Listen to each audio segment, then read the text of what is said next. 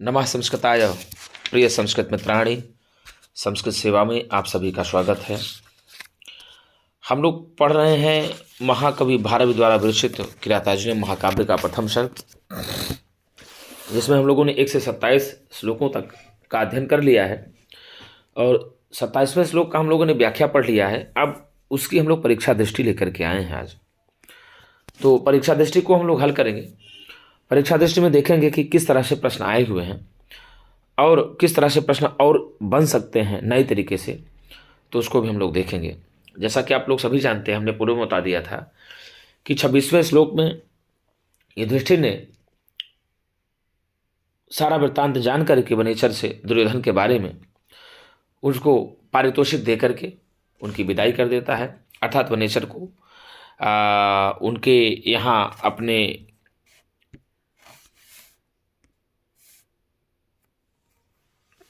पास भेज देता है। अर्थात वनेचर जो स्वामी था वनवासियों का, वह भी अपने लोगों से जाकर के मिल जाता है, सारा वृत्तांत बता करके। फिर उसके बाद युधिष्ठिर 26वें श्लोक में आते हैं द्रौपदी के सभा भवन में, और पांडवों मतलब अपने छोटे भाइयों के बीच में वो सारी बात को बताते हैं जो वनेचर बताया हुआ होता है उनसे, तो सारी बात कह सुनाते हैं। उसके बाद 27वें श्लोक से द्रौपदी कहना प्रारंभ होती है। हम लोगों ने श्लोक पढ़ा था, निशम्य सिद्धिम दुषताम अपाकृति ही ततस्ततस्त्या विनयंतुमक्षमा न पश्यमन्यु व्यवसाय दीपनी ही उदाजहार द्रुपदात्मजा गिरा।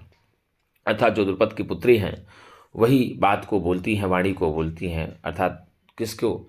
तो नृपश्य अर्थात राजा युधिष्ठिर के क्रोध को बढ़ाने के लिए।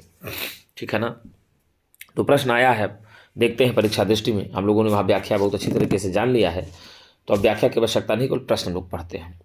उदाजहार द्रुपदात्मजा गिरह, यहाँ पर गिरह पद में विभक्ति है, तो भैया गिरह पद में द्वितीय विभक्ति बहुवचन है।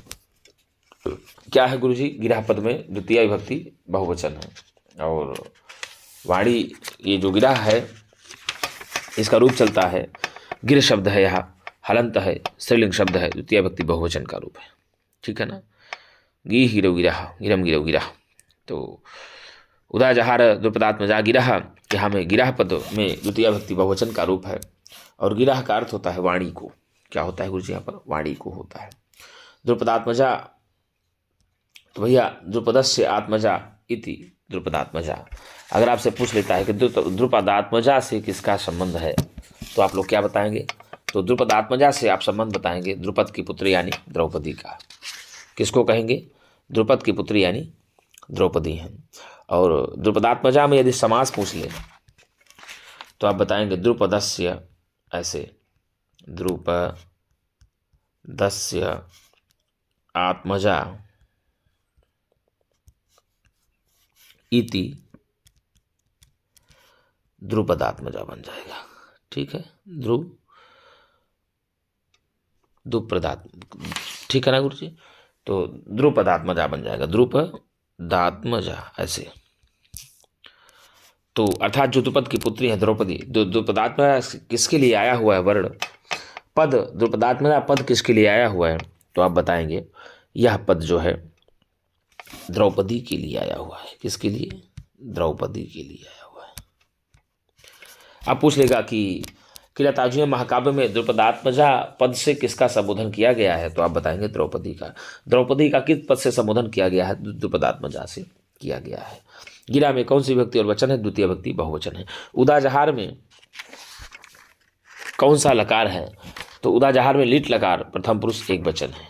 क्या है गुरु जी? उदाजहार में लिट लकार प्रथम पुरुष एक वचन है और उद अंग उत्सर्ग पूर्वक हरि हरणी धातु है इसमें, और रूप चलता है इसमें उदाजहार, उदाजहरतुः, उदाजहरुः, उदाजहरिथ, उदाजहरथुः, उदाजहरिः, उदाजहर या उदाजहार, उदाजहरिव, उदाजहरिम, ऐसे रूप चलता है। तो यदि आपसे पूछ लेता है तो ऐसा आप बताएंगे। यदि पूछ ले कि उदाजहार द्रुपदात्मजा गिरह, इस पंक्ति से किसका संबंध है? आप बताएंगे द्रौपदी का संबंध है।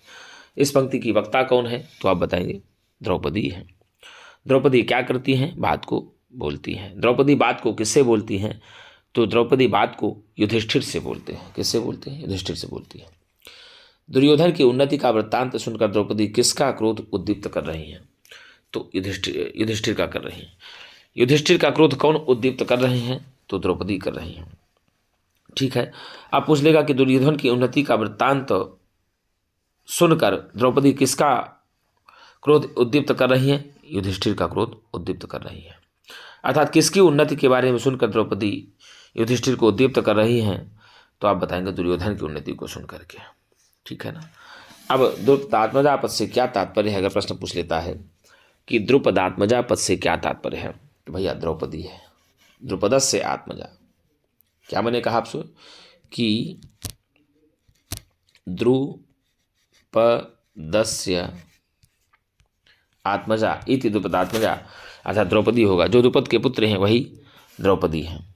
आगे क्या कहा कि दुर्योधन की उन्नति का वृत्तांत किससे सहन नहीं होता है? तो द्रौपदी से नहीं होता है। द्रौपदी से किसकी उन्नति का वृत्तांत सहन नहीं होता? तो दुर्योधन की उन्नति का वृत्तांत सहन नहीं होता। ठीक है ना। तो दुर्योधन की उन्नति का वृत्तांत सहन न होने के कारण द्रौपदी किसको उत्तेजित कर रही हैं? युधिष्ठिर को उत्तेजित कर रही हैं। युधिष्ठिर को दुर्योधन का वृत्तांत सुनने के पश्चात कौन उद्दीप्त कर रहा है? तो आप बताएंगे द्रौपदी उद्दीप्त कर रही हैं। द्रौपदी के लिए किरातार्जुन महाकाव्य में किस शब्द से प्रयोग किया गया है? तो आप बताएंगे द्रुपदात्मजा पद का प्रयोग किया गया है। द्रुपदात्मजा पद से किसका संबोधन होता है? तो आप बताएंगे द्रौपदी का संबोधन होता है। किसका होता है गुरुजी? द्रौपदी का संबोधन होता है। अब आगे दिया है कि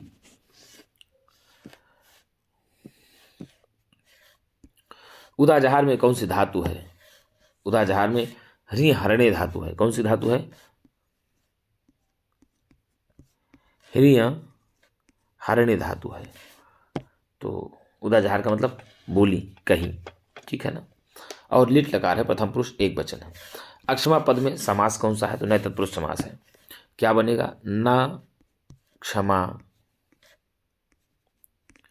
इति अक्षमा।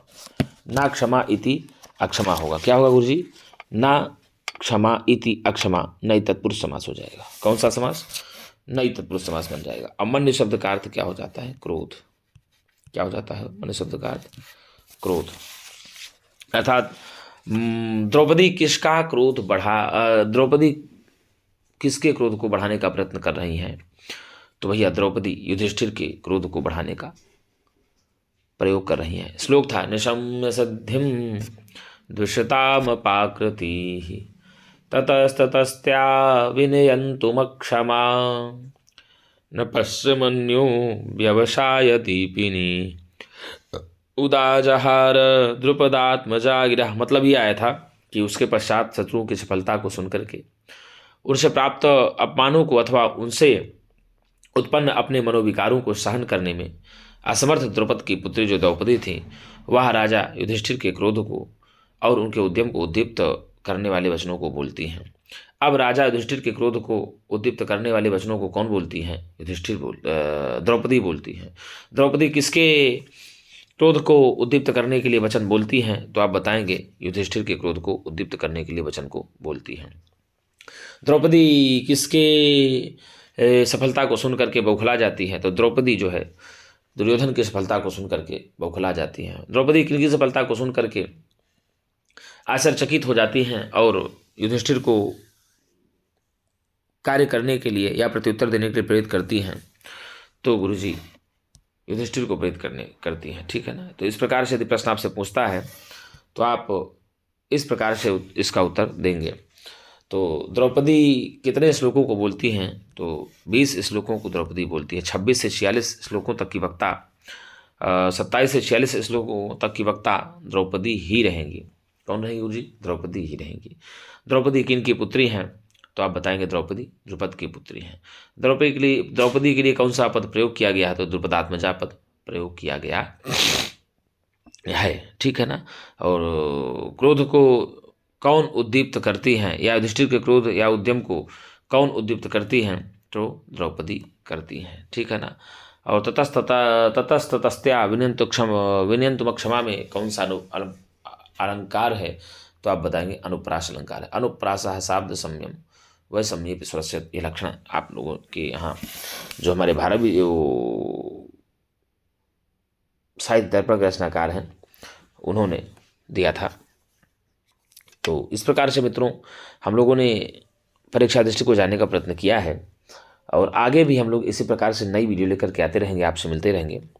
यदि कोई त्रुटियां हो, यदि कोई गलती हो, यदि समझ में नहीं आता, कुछ समस्या होती है, तो आप कमेंट बॉक्स में लिख करके ज़रूर एक बार कमेंट कर सकते हैं कि श्रीमान थोड़ा समझ में कम आ रहा है और धीरे बोलिए, या और अच्छे से बताइए, या और हमारे लिए कुछ नया लाइए।